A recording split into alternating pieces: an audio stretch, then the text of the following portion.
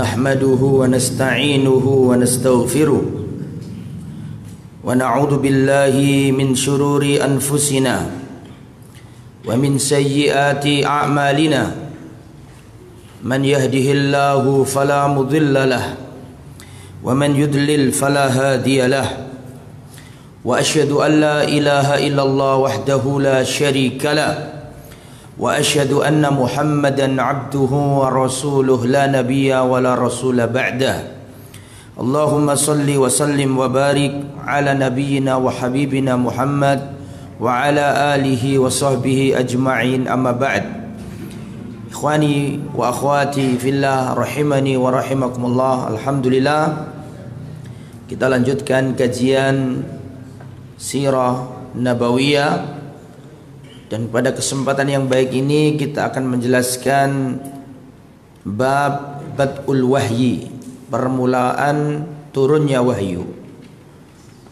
Pada pertemuan yang lalu sudah kita sampaikan materi Rasulullah sallallahu alaihi wasallam ketika menjadi pemuda. Kita terangkan bagaimana perjalanan hidup Rasulullah sallallahu alaihi wasallam semenjak beliau jadi pemuda, beliau berdagang, beliau menikah, kemudian bagaimana kepercayaan orang kafir Quraisy kepada Rasulullah.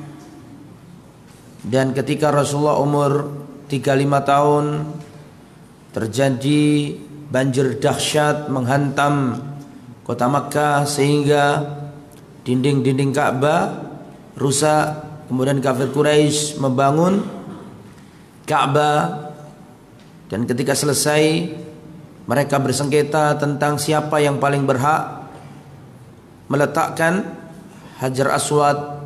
Kemudian mereka berunding dan bermusyawarah bahwa siapa saja yang masuk ke Masjidil Haram setelah ini maka dialah yang paling berhak. Ternyata Rasulullah yang masuk, dan orang-orang yang bersengketa itu ketika melihat Rasulullah maka mereka mengatakan Al-Amin, Muhammad Al-Amin, orang yang terpercaya, orang yang paling amanat, dan ridho semuanya. Sampai situ kemarin. Dan Ka'bah dibangun. Dan sekarang Rasulullah di usia hampir 40 tahun. Apa yang terjadi? Lamma taqarabat sinnuhu sallallahu alaihi wasallam arba'in, ketika Rasulullah sallallahu alaihi wasallam umur beliau menjelang 40, maka Rasulullah sallallahu alaihi wasallam dijadikan oleh Allah untuk cinta menyendiri, menyintai kesendirian. Di Rasulullah ketika umur hampir-hampir 40 itu Allah jadikan Rasulullah itu senang menyendiri, berpikir tentang hakikat kehidupan, melihat apa yang dilakukan kaumnya, memutuskan silaturahim, membangun dan membuat berhala. Setelah itu kalau sudah jadi disembah, melihat mereka wa'dul banat, mereka mengubur hidup-hidup bayi perempuan. Orang kafir jahiliyah menikahi istri dari bapak-bapaknya atau menikahi istri-istri bapaknya. Orang kafir Quraisy makan riba, bersengketa, dan seterusnya. Itu membuat Rasulullah berpikir, ya, dan Rasulullah tidak pernah ikut apa yang dilaksanakan masyarakat jahiliyah. Dan pada pertemuan yang lalu sudah saya jelaskan, tidak pernah terbesit dalam hatinya Rasulullah melakukan maksiat kecuali berapa kali? 2 kali, dan itu dua-duanya pun gagal.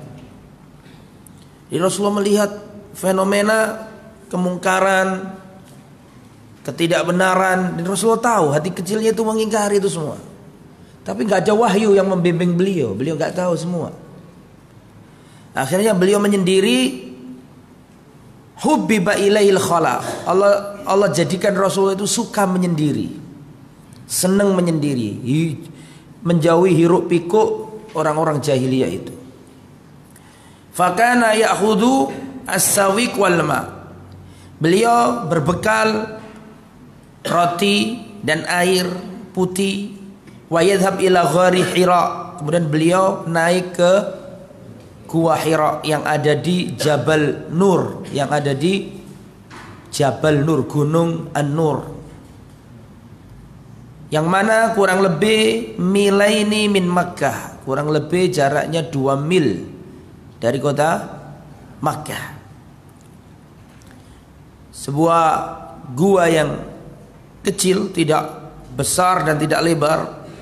Disitulah Rasulullah sallallahu alaihi wasallam yaqdi waqtahu fil ibadah. Rasulullah beribadah, wa tafkir, memikirkan kondisi umatnya, sampai datanglah al-haq minallah subhanahu wa ta'ala. Sampai datanglah malaikat menemui Rasulullah sallallahu alaihi wasallam. Dan itu, kejadian itu ya Rasulullah sallallahu alaihi wasallam menjelang umur 40 tahun. Kita baca dulu. Di saat seperti itu datanglah malaikat Jibril, dan Rasulullah melakukan itu di bulan Ramadan. Di bulan Ramadan itu belum ada syariat apa? Puasa belum ada. Sholat aja belum ada. Di bulan Ramadan itu, dan sebagian riwayat mengatakan pada waktu itu Rasulullah sallallahu alaihi wasallam ada di tanggal 21 Ramadan. Tanggal 21 Ramadan turunlah malaikat Jibril membawa wahyu yang pertama, yaitu surat Al-Alaq. Kita baca dulu riwayatnya dari Aisyah radhiyallahu taala anha. Awal ma budi'a bihi Rasulullah sallallahu alaihi wasallam minal wahyi ar-ru'ya as-salihah fin naumi. Awal-awal mula Rasulullah mendapatkan wahyu itu Rasulullah diberi mimpi. Mimpi yang salihah. Dan mimpi itu kan ada 3. Yang pertama ar-ru'ya as-salihah, mimpi yang saleh, mimpi yang benar, mimpi yang baik. Hadza fa minallah, mimpi yang seperti ini itu datangnya dari Allah. Yang kedua al-hulum minasyaiton, mimpi yang jelek, datangnya dari setan.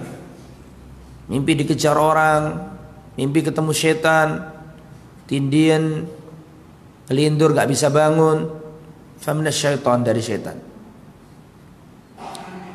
Yang ketiga mimpi yang gak ada maknanya, ya sekedar mimpi begitu.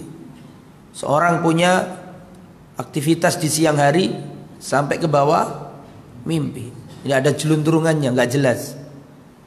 Ada 3. Dan Rasulullah sebelum mendapatkan wahyu itu dapat mimpi. Mimpinya itu mimpi yang benar.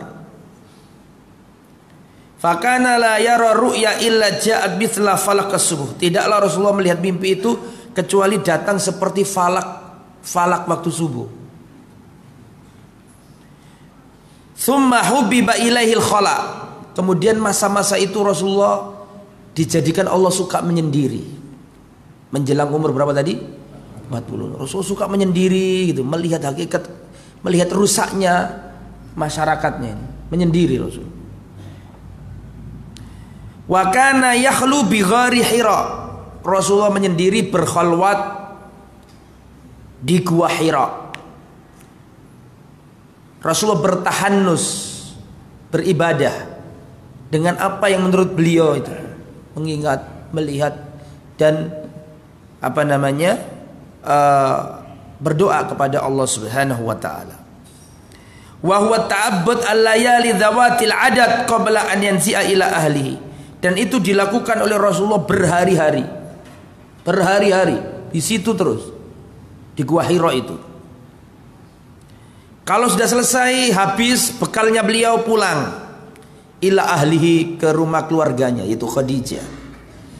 Wa yatazawwaj lidzalika, kemudian ngambil bekal lagi, sawik, roti, dan juga apa tadi? Air. Jadi kalau habis datang kembali ke Khadijah, ngambil bekal lagi. Ini juga menunjukkan keutamaannya Khadijah. Coba punya suami Terus kalau perempuannya itu pikirannya materi saja, apakah mungkin membiarkan suaminya pergi ke Gua Hira? Bahkan di bekalnya ditepak-tepakno, digenah-genahno sama Khadijah. Itu menunjukkan kebaikannya siapa? Khadijah. Hatta ja'ahul haq wa huwa fi ghari Hira. Terus berhari-hari sampai ketika Rasulullah ada di Gua Hira. Dalam riwayat tanggal 21 Ramadan turunlah faja'ahul malak, turunlah atau datanglah malaikat Jibril alaihissalam. Malaikat Jibril datang, Rasulullah kaget. Dan Rasulullah dan malaikat Jibril berkata kepada Rasulullah, "Iqra, bacalah." Maka Rasulullah menjawab, "Ma ana biqari'in." Aku enggak bisa baca. Fa'akhadhani fakhattani hatta balagha minnil jud. Ketika aku katakan aku enggak bisa baca, maka aku langsung diapakan di situ? Didekap oleh Jibril. Aku didekap sampai hilang tenagaku. Tsumma arsalani, kemudian aku dilepas lagi oleh Jibril. Kemudian Jibril berkata lagi, "Iqra, bacalah." Maka aku katakan lagi, "Ma ana biqari'in." Aku enggak bisa baca. Maka aku didekap lagi yang kedua kali sampai hilang tenagaku, terus dilepas lagi. Kemudian Jibril berkata lagi, "Iqra, bacalah." Fakultu, maka aku menjawab, "Ma ana biqari'in." Aku enggak bisa baca. Keberapa kali ini? 3 kali. Aku enggak bisa baca. Kemudian aku didekap oleh Jibril sampai lemes, terus dilepas lagi. Kemudian Jibril berkata, "Iqra bismi rabbikal ladzi khalaq, khalaqal insana min 'alaq, Iqra wa rabbukal akram, alladzi 'allama bil qalam, 'allamal insana ma lam ya'lam." Surat yang pertama, ayat yang pertama turun. Maka Rasul ketakutan karena enggak pernah melihat makhluk seperti itu. Faraja'a biha Rasulullah sallallahu alaihi wasallam yarjifu fuadu. Rasulullah pulang sambil gemeteran, gugup semuanya, gemeteran, ketakutan Rasulullah. Sampai masuk ke kota Makkah, fadakhala ala Khadijah binti Khuwailid. Maka masuklah Rasulullah ke rumahnya Khadijah. Setelah itu, setelah ada di keluarganya, di situ ada anak-anaknya dan juga ada keluarganya, Rasulullah mengatakan, "Zammiluni, zammiluni." Selimutilah aku, selimutilah. Berarti menunjukkan Rasulullah kedinginan, takut. Fazammaluhu hatta dhahaba anhu raw. Maka diselimuti oleh keluarganya beliau, oleh Khadijah, sampai Rasulullah tenang, sampai hilang ketakutan itu. Faqala li Khadijah, setelah hilang, reda, maka Rasulullah berkata kepada istrinya yang tercinta, "Mali, ada apa dengan diriku ini?" Fa akhbaraha al-khabar. Kemudian diceritakan kepada Khadijah, "Aku ada di Gua Hira, datanglah makhluk yang menyuruh aku, Iqra, bacalah." Aku didekap, aku jawab, "Ma ana biqari'in." Aku enggak bisa baca. Terus diceritakan semua dari awal sampai akhir. Setelah itu Rasulullah sallallahu alaihi wasallam bersabda, "Laqad khasyitu ala nafsi." Aku takut ada apa-apa yang akan menimpa diriku. Aku takut terhadap diriku ini. Ada apa ini? Faqalat Khadijah, nih perkataan Khadijah ini ditulis dengan tinta emas, dijadikan legenda, dijadikan setiap generasi meriwayatkannya. Khadijah mengatakan, "Kalla wallahi la yuzikallah abada." Tidak, sesekali tidak, demi Allah wahai suamiku, Allah tidak akan pernah menghinakanmu. Innaka latasilur rahim. Engkau adalah orang yang selalu nyambung tali rahim. Wa tahmilul kal, dan engkau adalah orang yang selalu menanggung beban orang yang kesusahan. Wa taksibul ma'dum, kau membantu orang yang miskin, papa nggak punya apa-apa, selalu kamu bantu. wa takrid dhaif, dan kau adalah orang yang selalu memuliakan tamu, menjamu tamu dengan sebaik-baiknya. Wa tu'inu ala nawaibil haqqi, dan kau adalah orang yang selalu membantu orang yang terdolimi, orang yang dalam kebenaran kau selalu membantu. Wallahi tidak mungkin Allah Subhanahu wa taala menghinakan dirimu. Dalam riwayat Khadijah mengatakan, arju antakuna nabiyya hadhil ummah, aku berharap kepada Allah agar engkau menjadi nabinya umat ini. Yang ngomong itu siapa? Khadijah. Fantolaqat bihi Khadijah hatta atas bihi Waraqah bin Naufal ibn Asad bin Abdul Uzza ibnu ammi Khadijah. Kemudian Rasulullah diajak oleh Khadijah pergi ke Waraqah bin Naufal. Ini kalau istri nggak cerdas nggak mungkin melakukan itu. Itu menunjukkan istri yang cerdas. Maka Rasulullah langsung diajak oleh Khadijah ke rumahnya Waraqah bin Naufal. Waraqah bin Naufal ini adalah anak pamannya Khadijah. Sepupu, anak paman berarti sepupu, misanannya Khadijah. Wa kana imra'an tanassar fil jahiliyah. Dan Waraqah bin Naufal ini orang Arab yang Nasrani pada waktu itu. Dan jarang-jarang ada orang Arab Nasrani. Orang Arab pada waktu itu yang tanassara, beragama Nasrani di masa jahiliyah. Semua orangnya banyak nyembah patung, ini nggak mau nyembah patung dia. Ya, namanya siapa? Waraqah. Dan Waraqah ini adalah orang Kristen pada waktu itu. Wa kana yaktubul kitab al-Ibrani. Dan Waraqah ini bisa nulis tulisan Hebrew apa? Ibrani. Tulisan Ibrani, tulisannya Israel ya. Yahud. Fayaktubu minal Injili bil Ibraniyah, dan bisa nulis Injil dengan bahasa Ibrani. Bisa bahasa Ibrani, bisa bahasa Arab. Oh, bahasa Arab jangan diomongkan, omong sejak kecil orang Arab. Fayaktubu minal Injili bil Ibraniyah. Bisa baca, bisa nulis Injil dengan bahasa apa? Ibrani. Wa kana syaikhan kabiran. Ini orang sepuh banget dan sudah buta. Didatangi dalam kondisi buta, tua banget. Faqalat lahu Khadijah, maka Khadijah berkata kepada anak pamannya, ya bna ammi, isma' mibni akhika, wahai sepupuku, dengarkan apa yang disampaikan oleh keponakanmu ini. Maksudnya Rasulullah. Faqala lahu Waraqah, maka Waraqah berkata kepada Rasulullah, ya bna akhi, madza tara, wahai anak saudaraku, apa yang kamu lihat? Fahbarahu Rasulullah sallallahu alaihi wasallam khabara ma ra'a. Maka Rasulullah berkata kepada Waraqah apa yang beliau alami, diceritakan.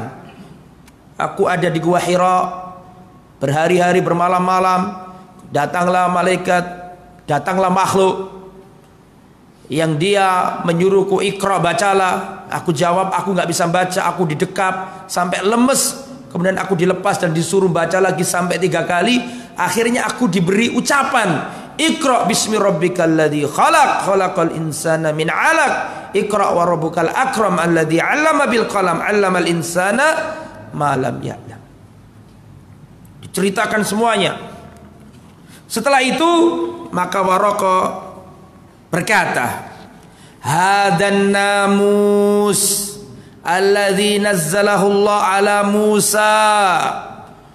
Sesungguhnya yang datang kepadamu adalah an-namus, yang diturunkan oleh Allah kepada Nabi Musa.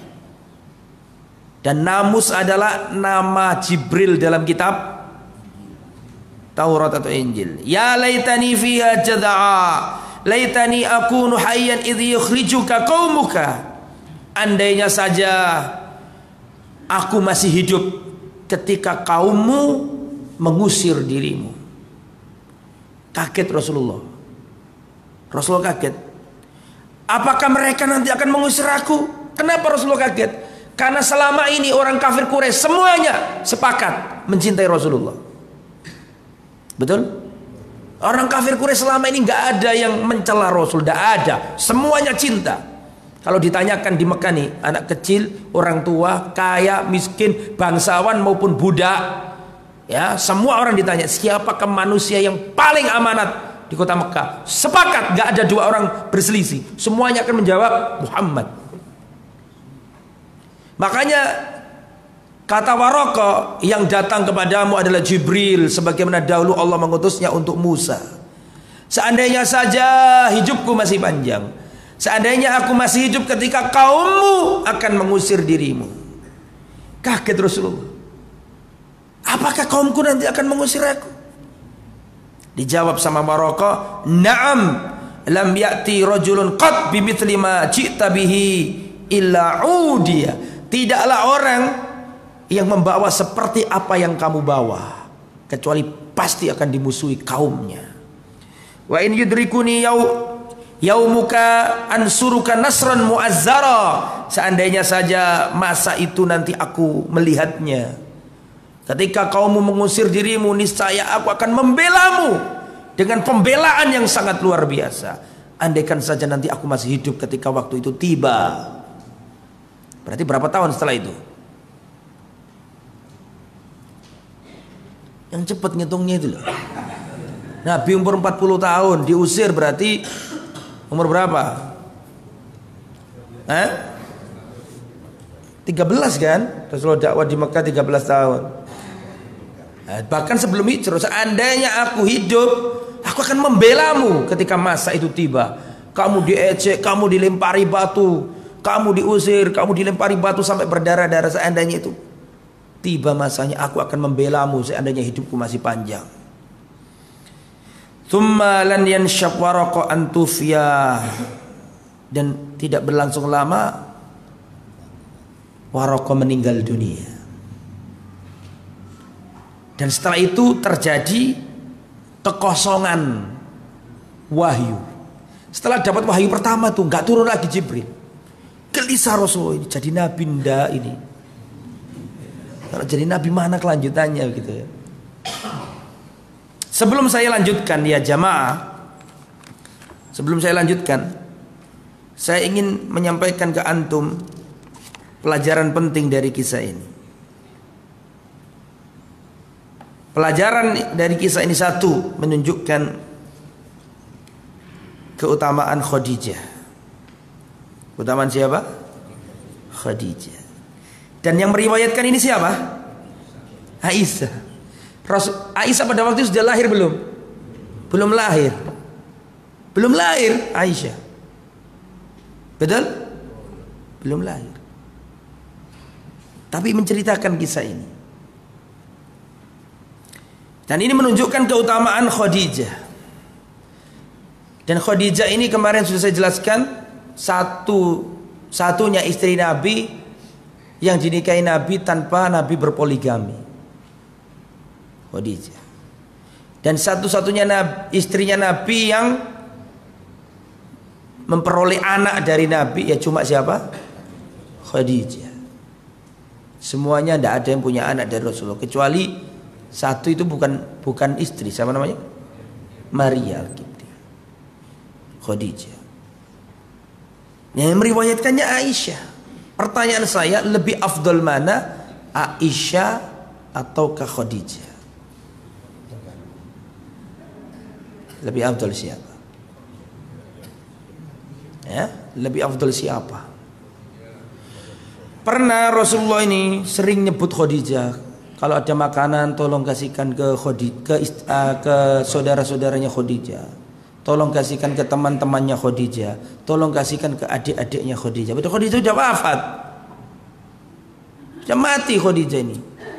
Sampai-sampai Aisyah mengatakan, wallahi tidak pernah aku cemburu kepada seorang wanita melebihi cemburu kepada Khadijah. Padahal sudah wafat, tapi masih dicemburui sama Aisyah. Saking seringnya Rasulullah ngomong Khadijah, Khadijah. Istri itu kalau baik meskipun mati selalu diingat oleh suaminya. Diingat-ingat terus. Rasulullah kalau punya sesuatu tolong kasihkan ke adik-adiknya Khadijah. Tolong kasihkan ke teman-temannya Khadijah. Selalu diingat. Sampai cemburu, sampai Aisyah mengatakan, ya Rasulullah, Allah telah menggantikan wanita tua itu dengan yang lebih muda. Itu aku. Kenapa kau masih ingat wanita-wanita tua itu? Rasulullah marah dan Rasulullah mengatakan, wallahi kalian gak bisa seperti dia. Fima makna ya. Dialah wanita atau dialah manusia yang pertama kali beriman kepadaku ketika manusia di jagat raya ini kafir semuanya kepadaku. Dialah wanita yang telah menginfakkan nyawanya, hartanya, perjuangannya, seluruhnya untuk dakwaku. Ketika manusia semuanya memusuhi dan pelit dari perjuanganku. Dan darinya lah aku memperoleh anak yang tidak aku peroleh dari wanita lain selain dirinya. Ngomongnya ini kepada siapa? Berarti kesimpulannya lebih afdal mana Khadijah sama Aisyah.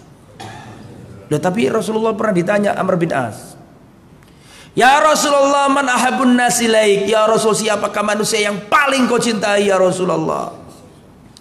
Rasulullah menjawab, Aisyah. Wa minar rijal, kalau dari laki-laki siapa ya Rasulullah? Abuha, bapaknya. Siapa?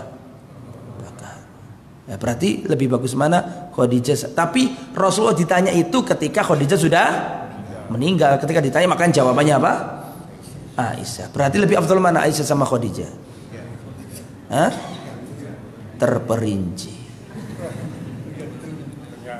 Dikasih materi gitu langsung seakan-akan Khadijah gitu ya. Atau enggak juga. Lebih afdal mana Khadijah sama Aisyah? Khadijah memiliki sesuatu yang tidak dimiliki Aisyah, dan Aisyah memiliki sesuatu yang tidak dimiliki Khadijah. Kalau perjuangannya, welas asihnya, ya pengorbanannya nggak bisa mengalahkan Khadijah. Tapi kalau penyebaran ilmu nggak bisa mengalahkan Aisyah. Aisyah itu merekam semua gerak-geriknya Nabi, direkam semuanya, terus dikasihkan ke para tabi'in. Penyebaran ilmu sampai ke kita ya dari Aisyah. Paham? Bagian sholatnya Nabi, tidurnya Nabi, safarnya Nabi, bagaimana Nabi kalau duduk, bagaimana Rasulullah kalau tidur, bagaimana Rasulullah kalau berjalan, bagaimana Rasulullah bermuamalah sama istri-istrinya, bagaimana Rasulullah kalau sholat sunnah. Dari siapa? Jadi lebih utama mana? Terperinci. Pelajaran yang nomor 2.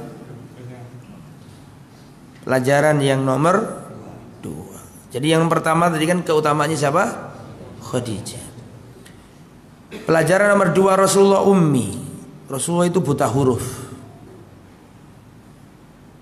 Rasulullah itu apa? Buta huruf.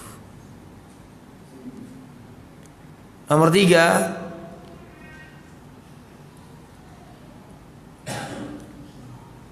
ya. Ayat yang pertama kali turun adalah bagian pertama dari surat Al-Alaq. Itu pelajaran nomor 3. Pelajaran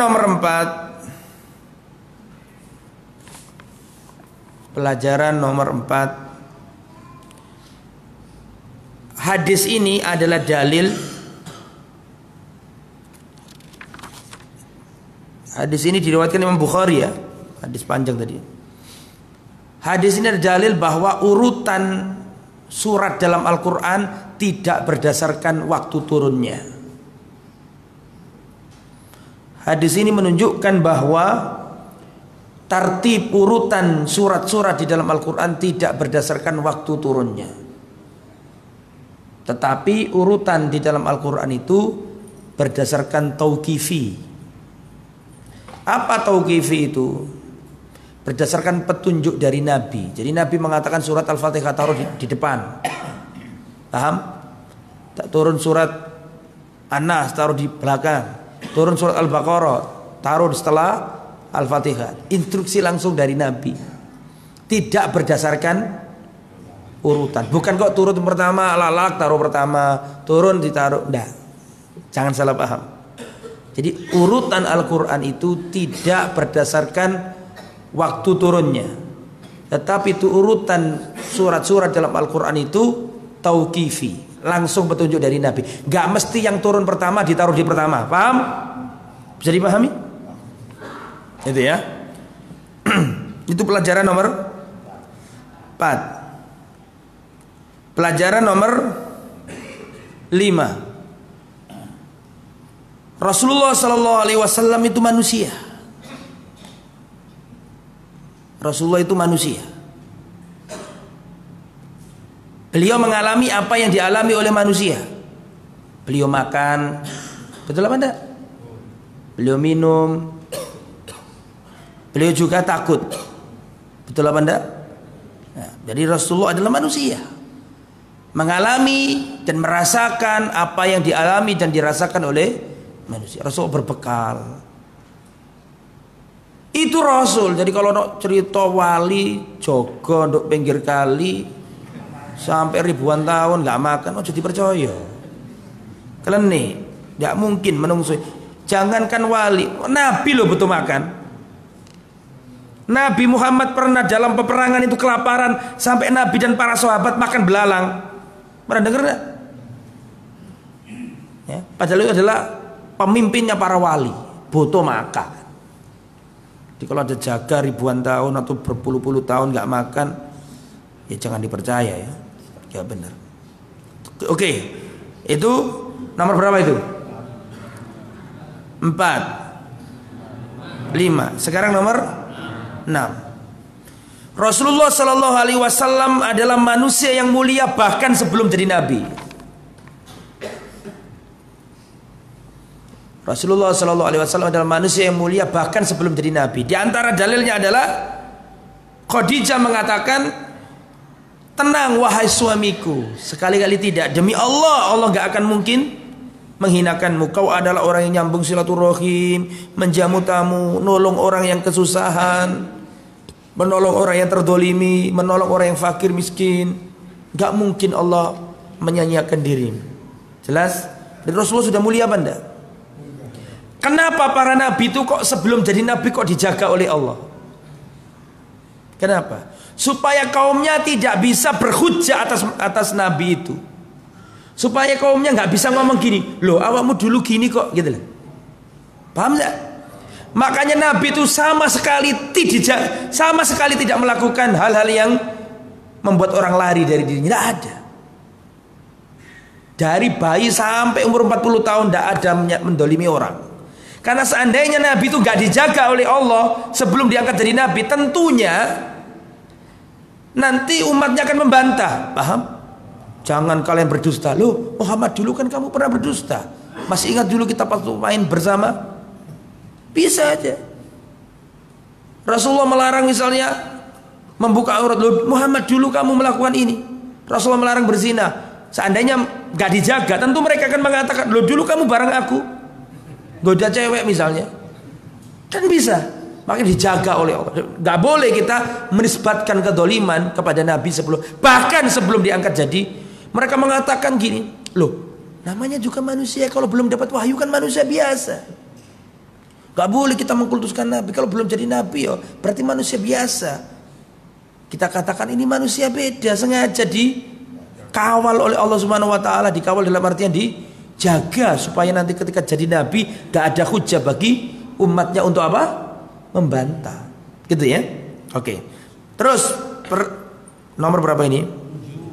Nomor 7. Seorang istrinya dai itu nggak cukup solihah, tapi istrinya dai itu harus muslihah.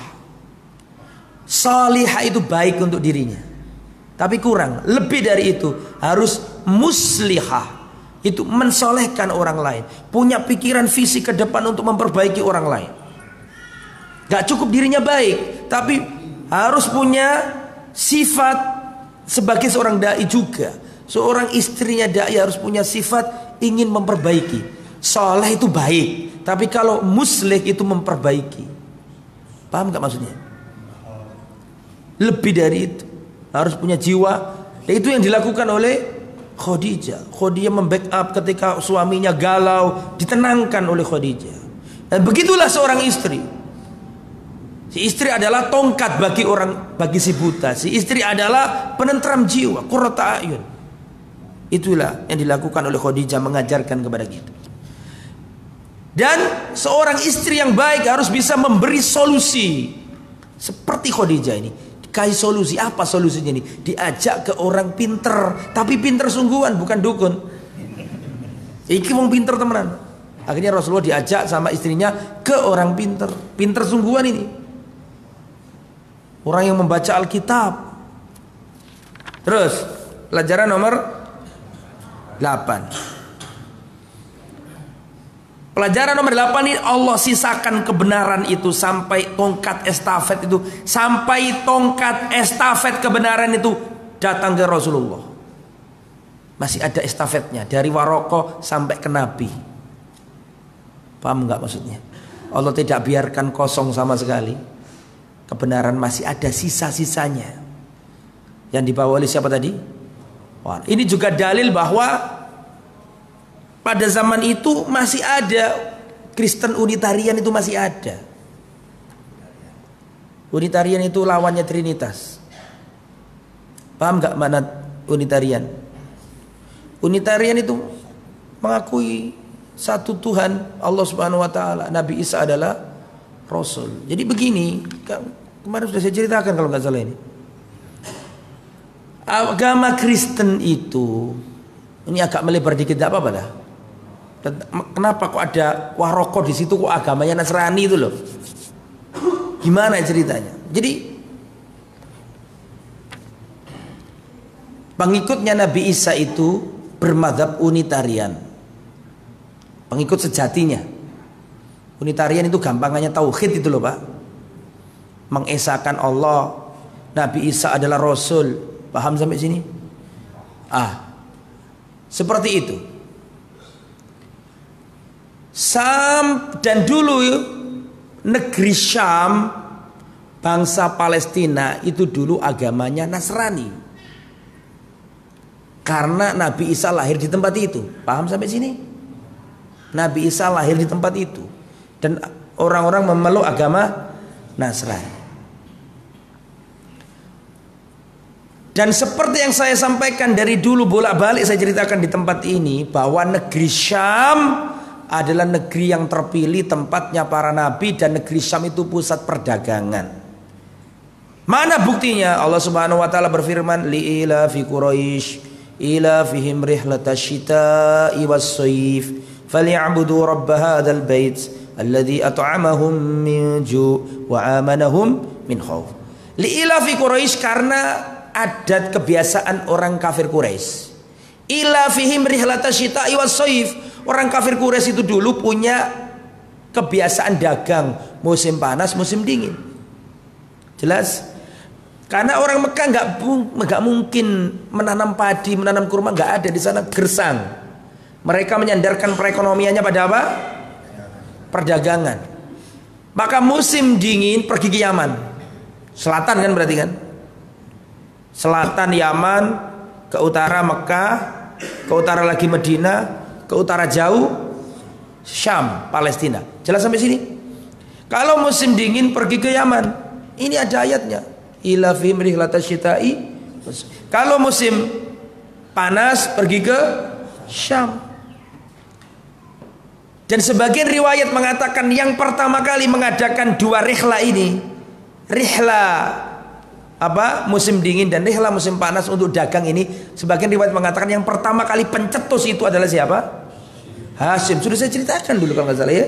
Hashim adalah mbah buyutnya Nabi Muhammad bin Abdullah bin Abdul Muthalib bin Hashim. Hashim itu dagang ke negeri Syam, wafat di Gaza, wafat di Ghaza. Mbah buyutnya Nabi kuburannya nggak ada di Mekah, kuburannya ada di Gaza. Jelas? Setelah itu bapaknya Rasul sendiri, siapa namanya? Abdullah, juga dagang ke Syam. Waktu sampai di Yathrib, yaitu Madinah, beliau sakit keras. Akhirnya bapaknya Nabi Abdullah wafat di kota Madinah dalam perjalanan apa? Dagang. Jelas? Rasul sendiri sejak umur 12 tahun sudah dagang. Diajak, dalam riwayat diajak oleh pamannya pergi ke mana? Ke Syam. Rasulullah umur 25 tahun juga diajak, beliau berdagang membawa hartanya siapa? Khadijah. Masih ingat? Dan saya juga menceritakan di tempat ini, Seorang sahabat Nabi namanya Salman Al-Farisi di negeri Persia. Ini bukan berbicara Mekah lagi, Persia. Waktu beliau melihat gereja, masih ingat? Beliau tertak kagum-kagum, ini agama lebih baik daripada agamaku Majusi penyembah apa? Api. Akhirnya beliau ngomong sama penduduk sama penghuni gereja itu, ini agama kok baru, kok saya belum tahu. Nasrani ini agama dari mana? Apa jawabannya penghuni gereja? Ini agama dari Syam. Akhirnya Salman ngomong begini, kalau nanti ada saudagar yang pulang dari negeri Syam dan ingin balik ke negeri Syam, tolong kabarkan ke aku ingin pergi ke negeri Syam. Ada kata-kata saudagar di situ. Faham maksud saya? Itu dalil semuanya bahwa zaman dulu Syam itu adalah pusat perdagangan. Dan sering saya sampaikan, kalau antum lihat peta, memang Syam itu secara lautnya adalah laut Mediterania, ya kan? Satu laut sama Yunani, satu laut sama Italia, satu laut sama Ciprus, satu laut sama, paham? Di sana itu. Kalau ke selatan Jazirah Arab, kalau ke utara Eropa, kalau ke timur Asia, kalau ke barat selatan Afrika, pusat di situ. Makanya zaman dulu itu Romawi sama Persia selalu berebutan, pengen menjadikan Palestina itu wilayahnya. Romawi ingin nyaplok Palestina, begitu juga dengan Persia ingin nyaplok Palestina dan ingin dipermanenkan jadi wilayahnya. Sampai sini jelas? Makanya ada ayatnya, Pak. Allah Subhanahu wa taala berfirman dalam Al-Qur'an, saya enggak bawa mushaf, dalam surat Ar-Rum. Di dalam Al-Quran itu ada ayat namanya ayat Romawi. Justru di Al-Quran tidak ada surat-surat Al-Arab, tidak ada. Adanya surat Ar-Rum, surat Romawi. Ghulibatir Rum fi adnal ard. Dulu bangsa Romawi, Ghulibatir Rum, bangsa Romawi dikalahkan oleh bangsa Persia fi adnal ard, di bumi yang paling rendah. Di bumi yang paling apa? Rendah. Waktu itu zamannya Nabi masih di Mekah, belum hijrah ke Madinah, terjadi pertempuran dahsyat antara orang Romawi dengan orang Persia. Romawi blok barat, Persia blok timur. Kaum muslimin yang ada di Mekah, mereka berharap yang menang adalah Romawi, karena Romawi itu masih ahli kitab, masih ada sisa-sisa kebenaran. Paham? Tapi orang-orang kafir jahiliyah pengennya apa? Persia yang menang. Dan waktu itu Romawi kalah. Ada ayatnya, Hulibatir Rum fi adnal ard, dan bangsa Romawi dikalahkan bangsa Persia di bumi paling rendah di muka bumi. Dan nanti setelah beberapa tahun Romawi menang. Lah, yang ingin saya sampaikan, adnal ard, bumi yang paling rendah. Antum cek di internet, bumi yang paling rendah itu ada dua kemungkinan, daratan apa lautan. Kalau daratan, maka itu adalah suatu tempat di Palestina namanya kota Jericho atau Ariha, 300 meter di bawah permukaan air laut. Itu daratan terendah di muka bumi. Memang Nabi gak mengatakan kotanya namanya apa di ayat itu. Tapi zaman modern kan bisa dilacak sekarang ini, bahwa negeri yang terendah kalau daratannya itu Ariha. Ariha itu Jericho, subur ya di situ karena di bawah. Dan waktu kita dari Baitul Maqdis Yerusalem menuju ke Jericho itu turun, bis itu loh, bis turun. Ternyata sampai di kota itu ada tulisannya bahwa inilah kota terendah di muka bumi, 300 meter di bawah permukaan air laut. Tetapi kalau yang dimaksud bumi terendah itu laut, maka itu adalah laut mati. Laut mati itu 400 meter di bawah permukaan air laut. Lah kebetulan Jericho sama laut mati itu jaraknya cuma kurang lebih 16 kilometer, ya kurang lebih lah antara itu dan itu. Bisa dipahami lah. Paham ya? Kalau Jericho ada di Palestina, kalau laut mati ada di mana? Di Zordania. Ya kemungkinan dua ini, kalau nggak di Jericho ya di mana? Laut Mati, dan secara geografis memang jaraknya tidak apa? Tidak, jadi kemungkinan dari situ insya Allah ilmu indallah, yang tahu ilmunya itu Allah Subhanahu Wa Taala. Tetapi kalau kita kaitkan dengan ilmu modern kan bisa diukur itu, bahwa bumi terendah itu daerah situ, dan itu Syam. Paham maksud saya? Itu adalah apa? Syam. Ustaz, apa hubungannya sama Maroko? Sabar, saya jelaskan dulu. Karena aku tahu yang sedang kau pikirkan. Ya, dikira nggak ada apa? Ada ceritanya. Sebentar dulu. Itu jadi itu bumi terendah. Artinya bumi terendah ada di mana? Di Syam. Itu dalil bahwa dulu Syam dijadikan rebutan. Paham sampai sini? Oleh bangsa Romawi dan bangsa Persia. Akhirnya Kaisar Romawi ingin mematenkan agar Palestina ini jadi kekuasaannya. Jelas sampai sini? Romawi dulu itu ajarannya bukan Nasrani. Romawi dulu itu ajarannya adalah ajaran politeisme atau apa? Pagan, menyembah dewa-dewa, dewa laut, dewa gunung, dewa matahari, dewa ini. Itu adalah keyakinan atau ideologinya orang apa? Romawi kuno. Jelas?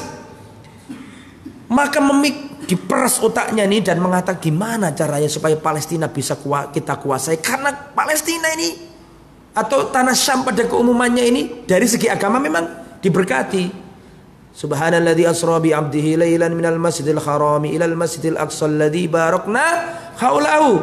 Rasulullah di Isra Mi'rajkan Allah dari Mekah ke Madinah, dari Mekah ke Palestina yang Allah berkati sekelilingnya, diberkati sama Allah. Dari segi agama diberkati. Dari segi ekonomi, kehidupan nyata duniawiyah memang porosnya pada waktu itu. Paham? Maka Kaisar Romawi punya siasat supaya Palestina mau jadi wilayahnya. Dengan cara apa? Kaisar Romawi masuk agama Kristen, agama penduduk apa? Palestina. Jelas sampai sini? Masuk agama Nasrani. Kristen sama Nasrani sama aja. Kristen bahasa umum, Nasrani bahasa apa? Bahasa Arab. Masuk agama Nasrani. Setelah masuk agama Kristen, bingung Kaisar Romawi, loh kok banyak sekte?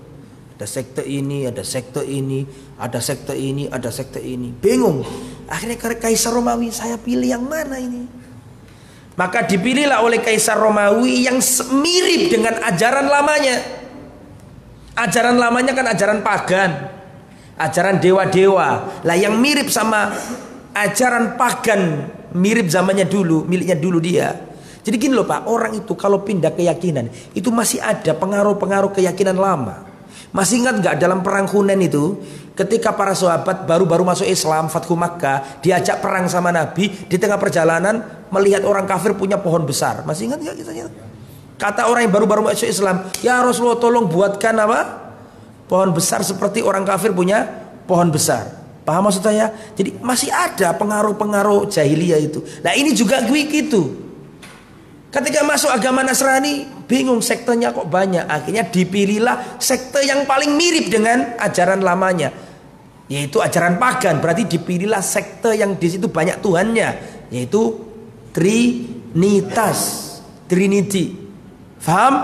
Tuhan Bapa, Tuhan Anak, Tuhan Bude, Tuhan Pak D, Bapak, Roh Kudus sama Tuhan Anak. Tiga mereka ini. Tapi aslinya satu. Tapi satu ini sebenarnya tiga.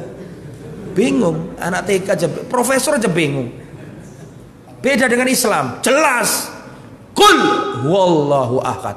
Katakan Allah itu satu. Anak kecil loh paham. Tapi kalau untuk menerangkan tiga unsur sebenarnya satu jadi tiga, profesor bodak loh bingung. Agama nggak jelas itu. Tayyib, kita kembali ke materi. Sampai mana tadi? Akhirnya dipilihlah yang apa namanya? Trinitas ini. Terjadi konsili Nicea sekian ratus tahun setelah Nabi Isa wafat. Konsili Nicea diprakarsai oleh Kaisar Romawi. Semua Injil dikumpulkan. Seluruh Injil yang tidak setuju dengan Trinitas dihapuskan, dibakar, dientekkan. Tinggal semua Injil yang apa? Trinitas. Dan semua aliran seperti selain Trinitas dibasmi. Paham? Lah aliran yang enggak trinitas namanya aliran Unitarian. Lah aliran Unitarian ini tokohnya namanya Arius. Dikejar-kejar, dihabisi. Lah ketika Rasul diangkat jadi Rasul, masih ada sisa-sisa Unitarian itu. Di antaranya adalah pendeta-pendeta yang ditemui oleh Salman Al-Farisi. Fahimtum amla? Bisa dipahami apa enggak? Salman, masa saya ceritakan lagi Salman kan enggak dah. Salman ketemu pendeta ini diajari tauhid, diajari ini, ketemu pendeta ini diajari tauhid, sampai akhirnya enggak ada lagi, wahai anakku, sudah selesai masa kenabian. Kan gitu kan? Terakhir kamu harus pergi ke tempat yang banyak kurmanya. Nabi itu cirinya satu, tidak menerima sodako tapi menerima hadiah. Di tempat yang banyak kurmanya diapit oleh oleh banyak pegunungan. Kemudian di antara apanya? Di pundaknya ada apa? Tanda kenabian. Ini nggak mungkin kalau nggak Unitarian. Pasti Unitarian itu. Karena Trinitas pasti nggak mau. Paham? Sampai sini? Itu menunjukkan pendeta-pendeta yang ditemui oleh Salman kan mengatakan seperti sudah anakku tidak ada lagi orang Nasrani yang seperti aku. Itu kan dalil bahwa nggak sembarangan Nasrani. Karena kenyataannya Nasrani masih banyak.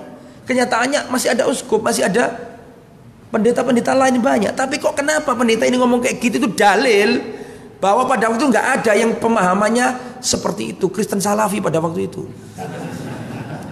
Iya, yang paling sesuai dengan zamannya Nabi Isa. Ya, Ortodok Kristen. Ya, tapi bukan yang sekarang, beda lagi. Paham sampai sini ya? Nah, Unitarian termasuk Waroko ini. Waroko ini termasuk yang itu tadi akhir-akhir Unitarian yang masih ada itu. Makanya ketika diceritani Nabi nggak pakai ragu-ragu, langsung mengatakan yang ketemu kamu itu namanya Jibril. Dulu pernah datang kepada Nabi Musa. Seandainya hidupku panjang, aku akan membelamu ketika kamu diusir. Langsung nggak pakai ragu-ragu. Kan gitu, nggak pakai ragu-ragu. Seperti para ahli ilmu yang ditemui oleh siapa tadi? Salman, nggak ragu-ragu lagi. Sudah nggak ada, wahai anakku. Sudah saatnya Nabi itu keluar, loh kan? Jadi sudah bisa membaca fenomena alam juga bahwa sudah seperti ini akan datang Nabi itu. Ya, itu pelajaran nomor berapa itu? Hah? Nomor 8. Pelajaran nomor 9. Iya, nomor 9 ya. Pelajaran nomor 9, siapapun yang mengajarkan tauhid pasti akan dimusuhi. Siapapun yang mengajak dan mengajarkan tauhid pasti akan dimusuhi. Kok Nabi aja sampai heran, loh mereka akan mengusir aku, mereka akan nyakiti aku, kan nggak percaya di awal waktu. Kenapa? Selama ini orang kafir Quraisy baik nggak sama Nabi? Nggak ada yang menyakiti Nabi, semua baik karena tahu Muhammad itu orang baik. Tapi ketika diomong gitu kaget Rasul. Dan kata Waroko, tidaklah orang membawa seperti apa yang kamu bawa, tidaklah orang yang akan mendakwakan seperti apa yang kamu dakwakan, kecuali pasti disakiti oleh umatnya, oleh kaumnya. Jadi barang siapa yang menegakkan tauhid mesti akan dimusuhi, ya. Jadi dimusuhi karena tauhidnya, karena akhlaknya nggak mungkin gitu loh. Karena akhlaknya Nabi baik. Adapun kita kok dimusuhi ya belum tentu juga. Mungkin akhlak kita ada yang kurang, tapi secara umum orang yang mendakwakan tauhid tetap akan dimusuhi. Sampai sini ya. Insyaallah besok akan kita lanjutkan. Jadi sampai wahyu vakum ya. Turun wahyu pertama surat apa tadi? Iqra. Pelajaran terakhir nomor 10. Buka lagi bukunya, lupa tadi. 10 ini penting loh. Nomor 10 ini dalil tentang pentingnya ilmu. Nomor 10, pelajaran nomor 10, dalil tentang pentingnya ilmu. Bismillah. Hadis Bukhari ini atau cerita tadi itu permulaan wahyu, dalil tentang pentingnya ilmu. Pertanyaan saya, mana dari cerita tadi yang menunjukkan pentingnya ilmu?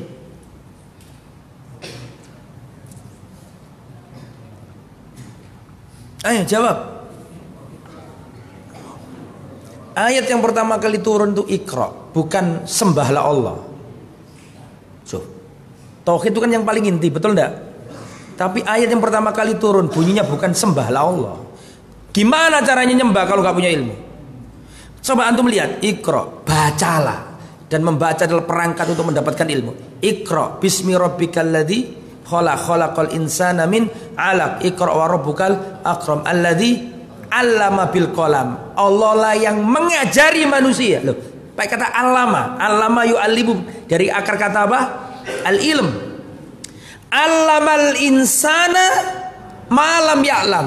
Allah lah yang mengajari manusia apa yang dia tidak ia tahu. Allama dari kata allama, transfer ilmu. Berarti surat yang pertama kali turun, ayat yang pertama kali turun menunjukkan keutamaan ilmu. Pembahasan ilmu. Kalau antum nanti pulang ke rumah baca surat Al-Alaq bagian pertama, nanti sama akan melihat bahwa itu pentingnya ilmu. Allamal insana malam, ya sebelumnya alladzi allama bil qalam. Allama dari kata-kata alif lam mim, ilmun. Paham ya? Itu penting. Berarti pelajaran yang nomor 10 biar genap 10 adalah apa tadi?